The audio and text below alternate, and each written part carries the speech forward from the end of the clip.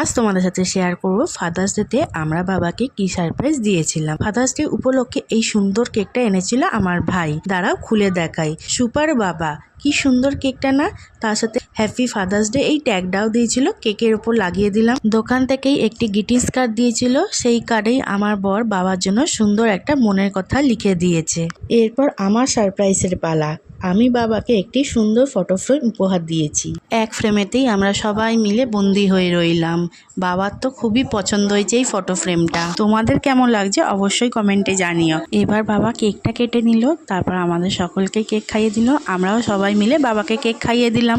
তারপর ভাই 4 জনের জন্য সমান করে কেকটা কেটে দিল। আমরা সবাই মিলে কেক খেলাম। তারপর দিনের শেষে ছিল বিশেষ ডিনার। ফাদার্স ডে উপলক্ষে আমি বানিয়েছি ফিশ বল, সঙ্গে লুচি আর তরকারি। সবাই মিলে একসঙ্গে রাতে খাবার খেলাম।